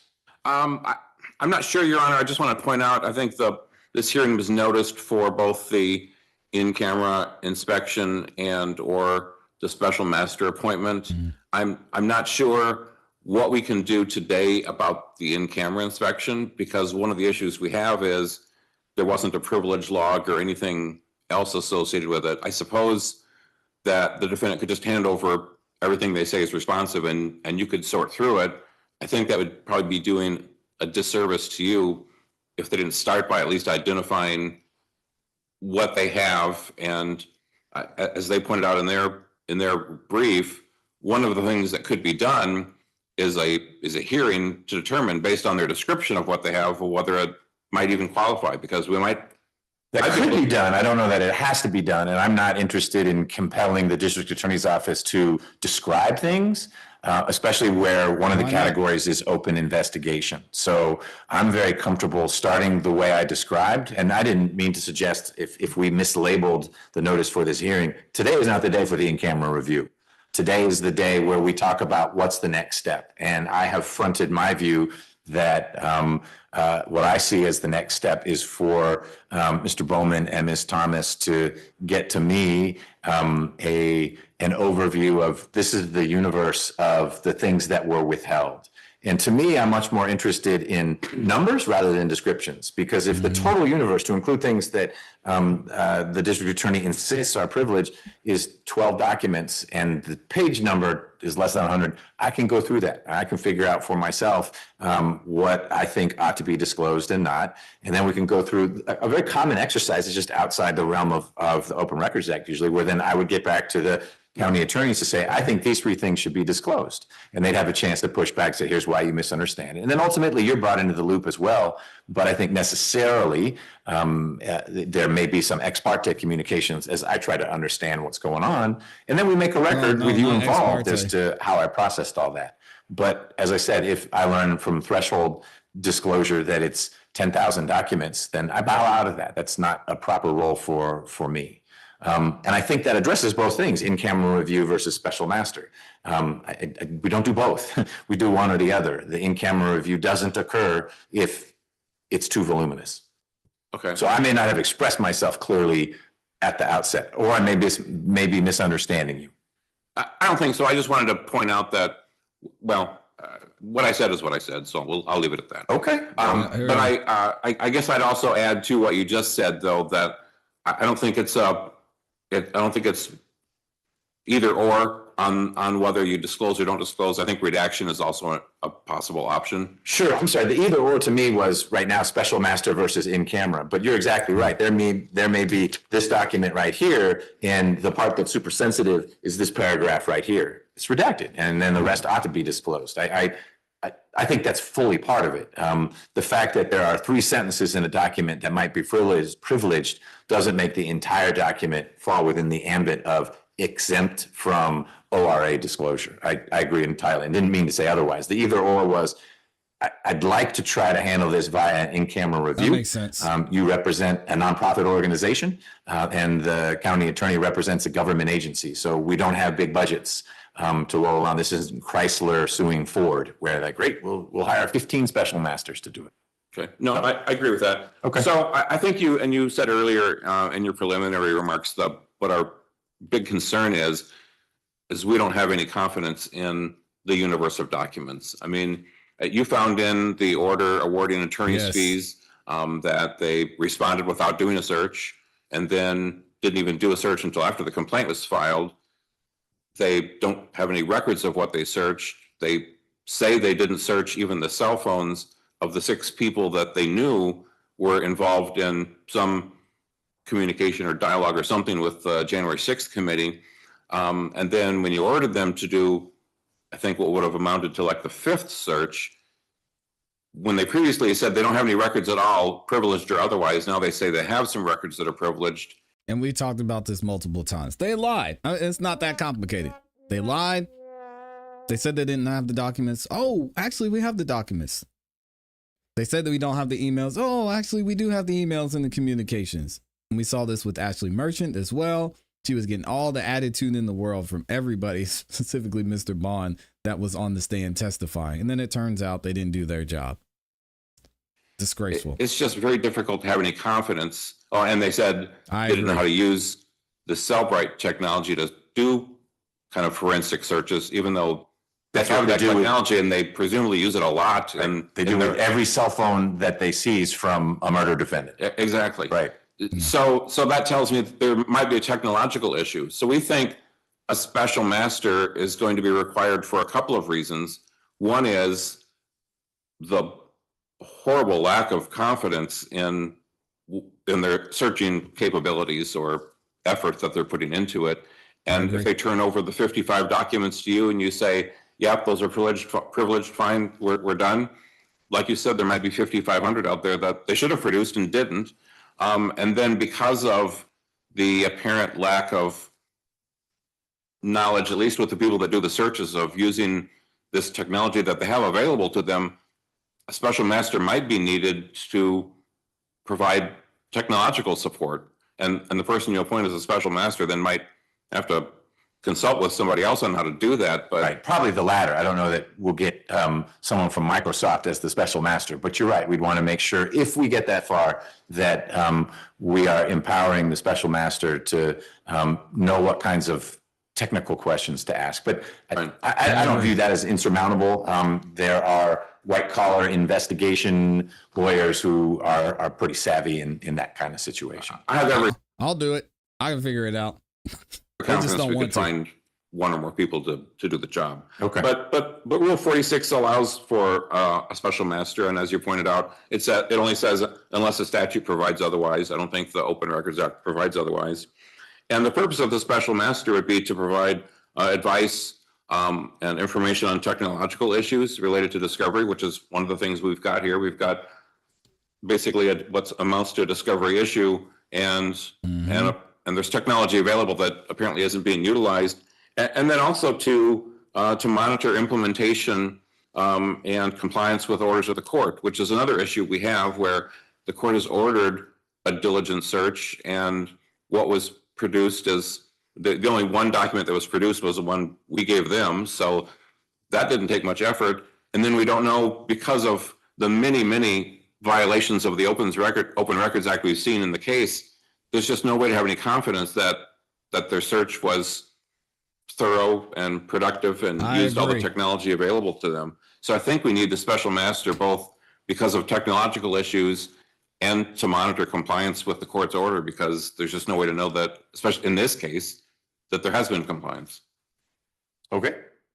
Mr. Bowman or Ms. Thomas, I'm happy to hear from either one of you. What are your thoughts about how we ought to move forward? Yes, thank you, Your Honor. And to the point that you made earlier, we're looking at a universe of documents that we've been able to develop at this point.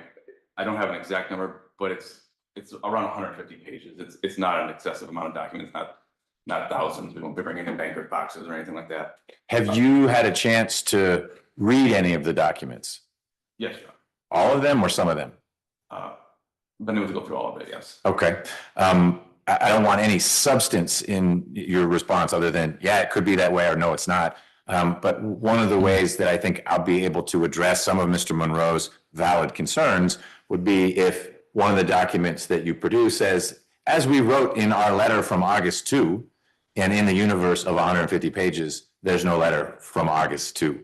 As you've done your due diligence, and I don't use that in a freighted way. I'm not suggesting you've gone through and made sure there are no overlaps, but when you looked through those documents, did you have any concern that, well, wait a minute, if just internally they're referencing documents that aren't part of the universe of what was produced, and so clearly something's missing? Well, Your Honor, there were could be the two case. items that I noticed that I followed up on and got confirmation that no documentation related to the two questions I had existed. Okay.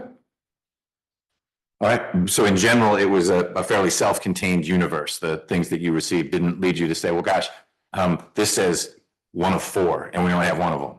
Correct, Your Honor. Yeah, there was nothing that was certainly obvious to me that there was something that was missing I'm not buying based on it. what was provided. Okay. And I got an update that it's actually 212 pages worth of documents. I think some of This them just in. are duplicative, as multiple people may have been on the same communications and have provided that Okay. in the suite. But District Attorney's Office has recognized the challenges that were created in this case and has taken remedial measures as part of following up on this order to conduct these searches. And they had searches conducted that consisted of relevant email addresses of those involved in the cases and investigations that were at issue here. There were a number of search terms to try and capture the entire universe. There were over 50 search terms entered across the various people included in those searches. Some of the When you say searches, this is searching what? This is searching emails in particular on Got it. these. So if Jane Smith was someone who was represented to you, it'd be someone who would have been involved in communications with the January 6th committee, then a search was made of her work email for the word insurrection. And anything that had that word in it, you would have looked at and it's like, oh, she was shopping in a strange place versus it related to whatever happened on January 6th. Along those lines, Mary, yes, searches such as January 6th committee, January 6th, Jan 6th, Jan.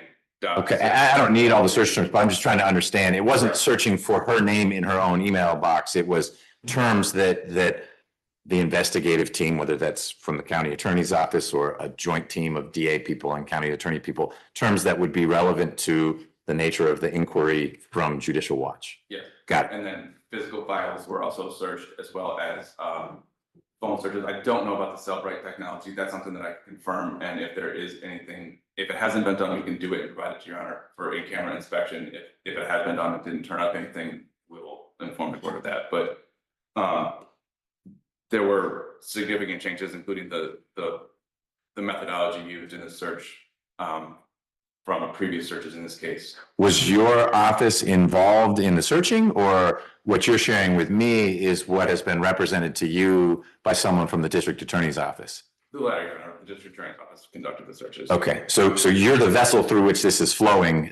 You're not the architect of the search. And I don't mean you personally, it could be Ms. Thomas or someone else who was sitting there saying, all right, I'm going to type in this search term and see what emails turn green on the screen because of that search term.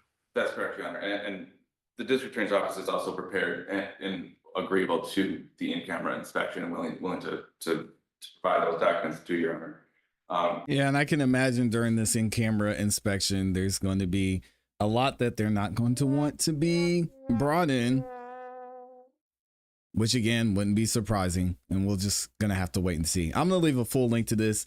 Judge McBurney actually has a YouTube channel, so shout out to him. Y'all go subscribe and show some love to Judge McBurney.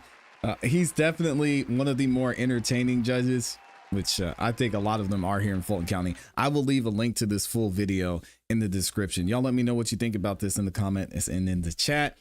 Is there going to be a special master appointed? What's going to happen with Fanny Willis moving forward?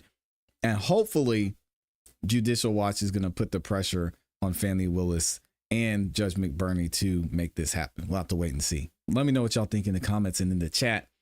Also, shout out to Samantha Crumbly up in here. What did she say? With the 5 bomb, she says, Miss Willis is in the same boat as the other negative souls with ego issues. Oh, man.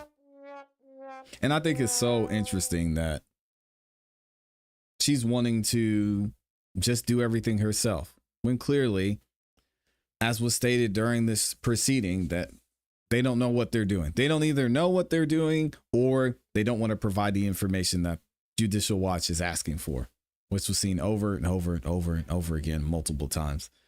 And it's unfortunate, but that's the type of power that she has, and that's what she's able to do. So let's get into this last one. We got to talk about what's going on, Lil Baby. I know y'all saw the title of the video up here. We've got a lawsuit, and a lot of this is being tied to Lil Baby amidst everything that happened with the shooting back last year. And Lil Baby was trying to film a music video. There was a shooting that took place, and unfortunately 2 young men lost their lives. So we'll get into it. Let me put Judge Whitaker up here. And we should be good to go. Let me see.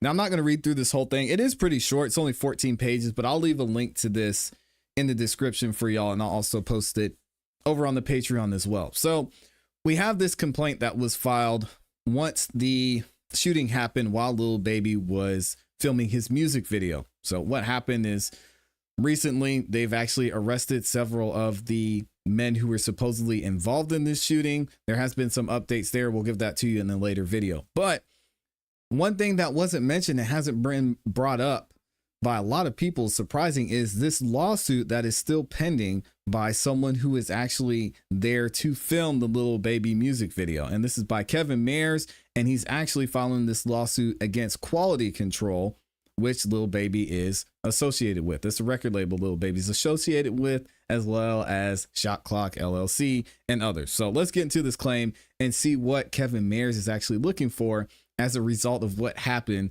during that shooting at the music video site.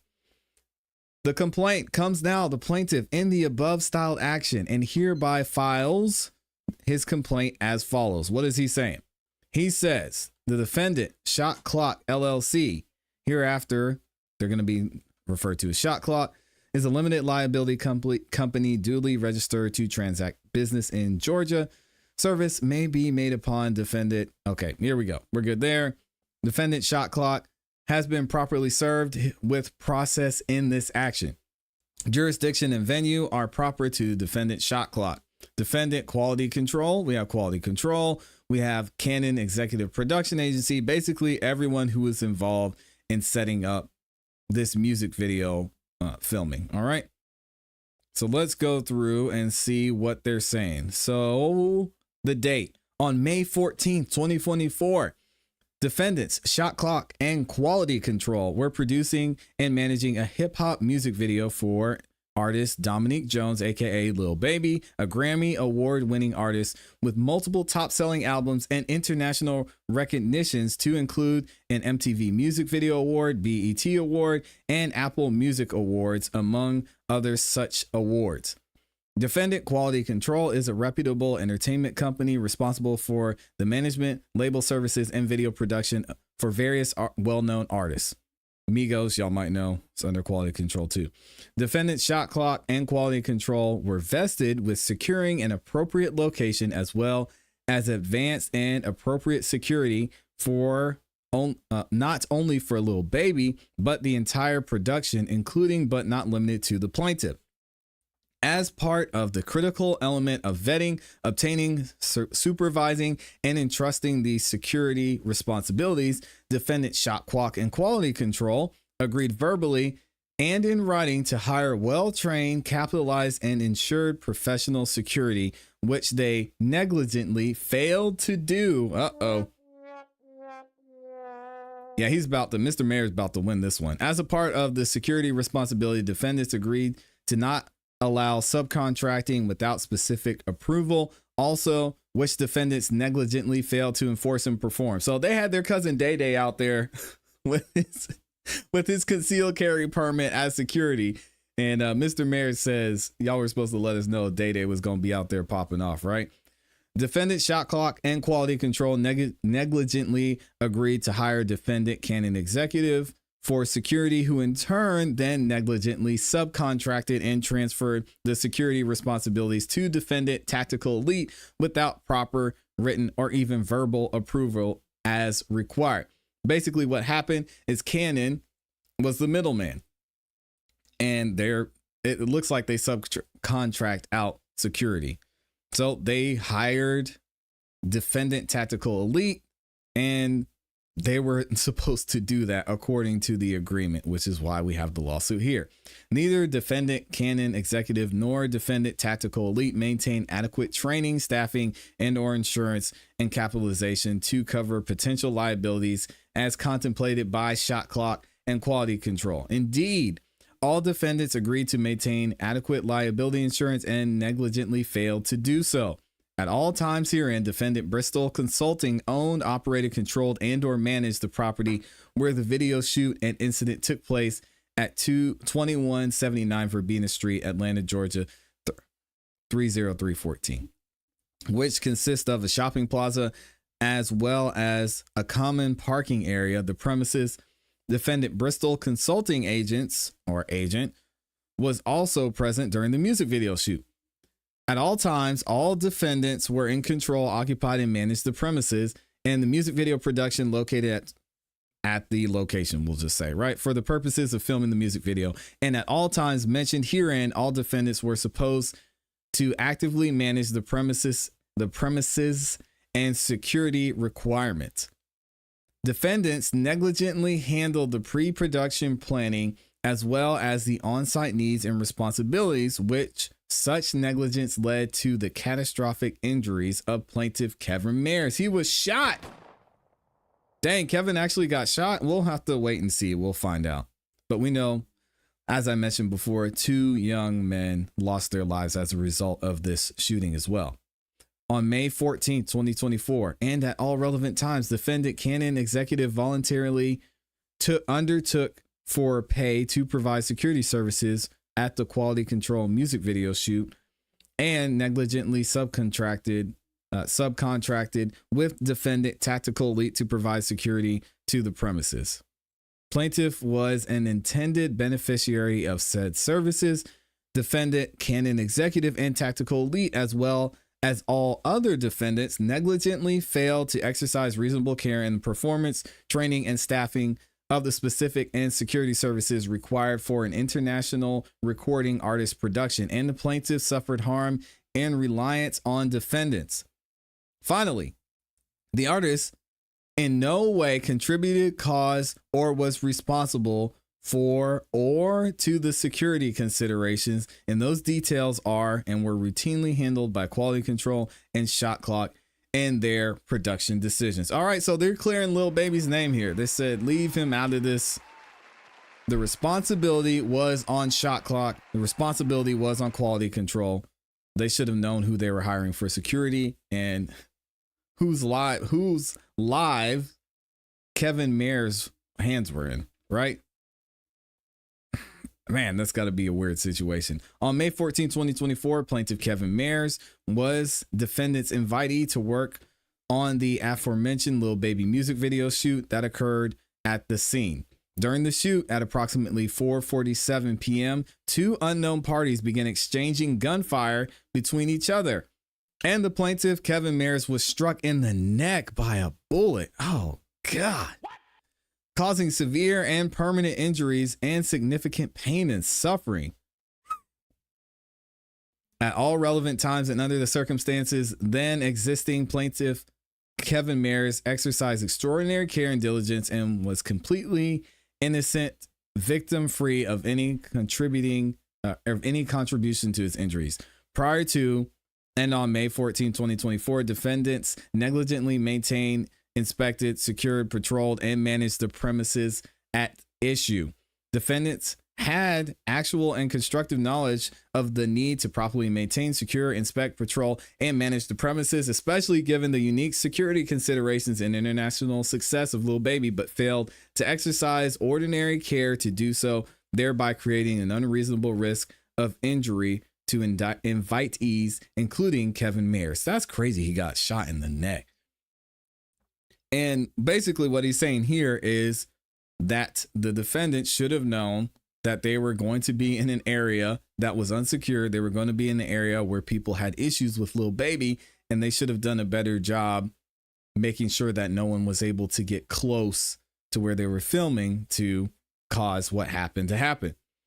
Defendants breached their duty owed owed to the plaintiff by failing to exercise ordinary care to keep the premises safe. Defendants knew or should have known that a significant number of violent crimes were committed in the surrounding area of the video shoot, as well as specific security needs for such a music video and the attention a well-known artist will attract and require, but negligently failed to protect invitees like Kevin Mayers from the risk of violent crimes. Also, we heard the APD say that it's Lil Baby's fault, and they blamed Lil Baby and said he knew he shouldn't have been in that area and he was inciting violence by going to a certain area, which is BS in itself.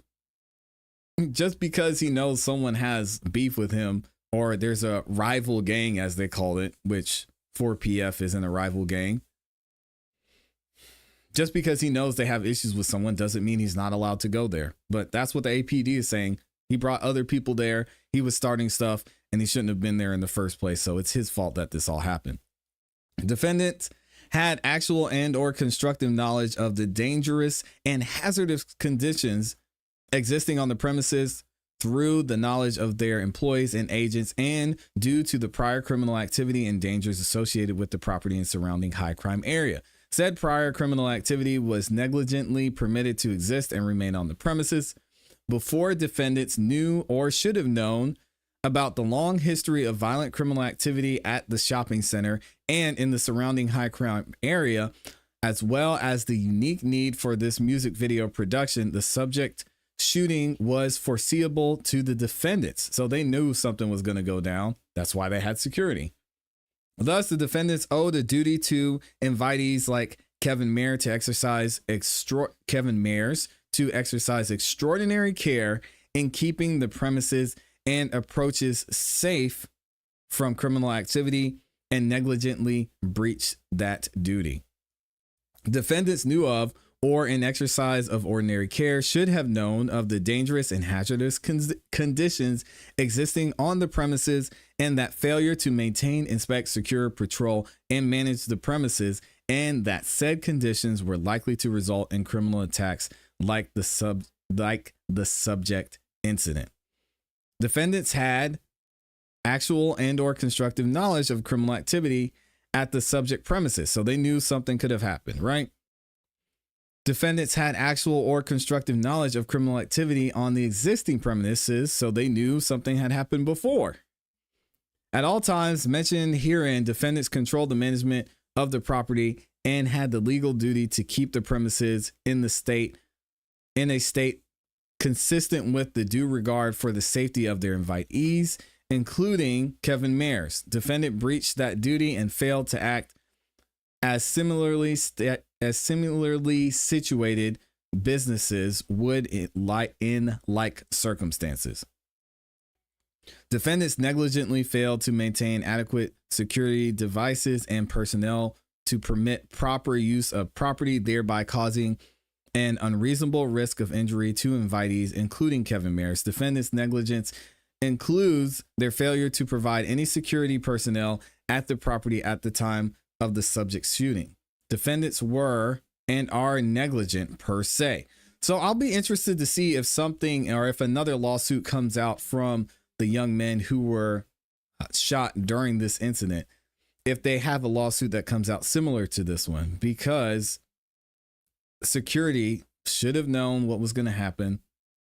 They should have secured the area.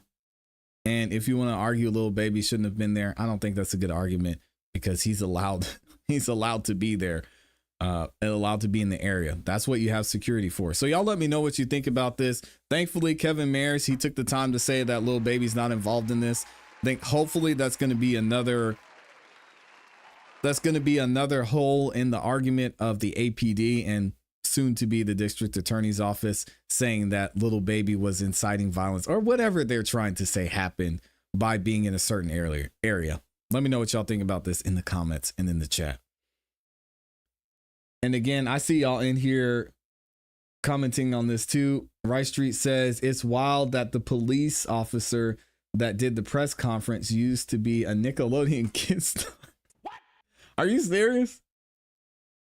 That's funny. He looked familiar, but I did not realize that. If that's true, that's funny. So according to the police, the security guards are supposed to have the same power as local law enforcement. This should have been dropped on how ridiculous this is. Yeah, and they should have never brought up Lil Baby's name too.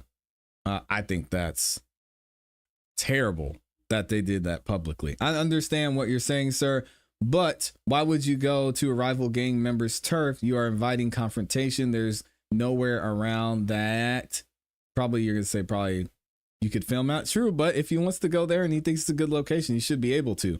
And it's not a rival gang, because then you would have to say, is 4PF a gang? Is 4PF a gang? How is it a rival gang if you're not a part of a gang? He's just a rapper that's trying to film a music video. But according to the Atlanta Police Department, he's a part of a gang. Or at least people that were going to be there are part of a gang. And Lil Baby knew it. She's got the best immunity of all, talking about Fanny Willis. Political immunity, slap on the wrist at best. Yep, y'all hear sanctions. Y'all are going to hear sanctions a lot. At the end of the day, security is not law enforcement. Only thing they can do is protect the artists. Well, the problem is you have a breach of contract here. Because who was it? Protected, was it? No. It was Canon Elite was supposed to have the security and maintain all the proper training and insurances and things like that. But instead of doing that, Canon Executive hired their services out to Tactical Elite Protective Services, which was a violation of their agreement. So you have a big problem there. And that's what Kevin Mears is suing for. He's not saying, oh, you guys should have protected me, which he kind of is saying that. But, oh, I should have never gotten shot. What he's saying is Tactical Elite Protective Services should have never been involved in the first place. Now, if I get shot and it's under the initial company that was hired, Canon Executive Production, then I'm just going to sue the insurance company and I'll get paid for all the damages, right? Either way, there's going to be a lawsuit, but a bigger part of this lawsuit is that they subcontracted out the work, and that's going to be a mess. According to Atlanta, all rap squads are now gangs. Yep, you got 4PF, you got Quality Control, you got YSL. Who else do we have in here? Well, you got YFN, you've got Goodfellas. I don't know that Goodfellas is a record label though. Everybody knows Lil Baby is a gang member. Do they? I don't know that. Atlanta loves gang cases or RICO. Yeah, Fanny's going to be all over this. It's another hybrid gang. Oh my God. We've got YSL 2.0 is loading. I hope not for Lil Baby's sake. Either way, he needs to go ahead and get up out of Atlanta. I know you love ATL, Lil Baby. I know you love Atlanta, but just go ahead, head to another state. Go to Texas. Go to Tennessee where they don't have any state income tax or something. You'll be all right. He's saying he was supposed to have real security. They're not mall security. Yeah. Goodfellas is a gang. Yes. That's why I brought him up. Goodfellas is a gang. I don't know if they have any artists under them though. Can Tactical Elite tell the civilians around the area what to do? No. Yeah, but they can secure the area though. I mean, that's the thing. You have to secure the area. And if you had a permit, which I assume they did, to film the music video there, you can then make sure the area is secure. And what this lawsuit's saying that they didn't even do that. He had Timu secure. That's crazy. All right, y'all. I appreciate the love. Thank you to everyone who stopped by. We're going to be back tomorrow morning for another episode of the Music Morning Show. So make sure y'all stick around for that. If you haven't yet subscribed, hit the notification bell so you don't miss any time we go live. Also, if you like independent music and you want to hear some great music from some of the artists in the community, make sure you stop by the Song of the Night live tonight at 8 p.m. Eastern Standard Time. It's going to be a great time. You'll get an opportunity to win $100 just for stopping by the show. And we're going to hear some great music. We have great interactions as well. So make sure y'all do that. Like the video on your way out if you haven't yet. And as always, y'all know what to do. Have a great afternoon and keep growing, keep pushing, keep it classy. We gone. Peace, y'all.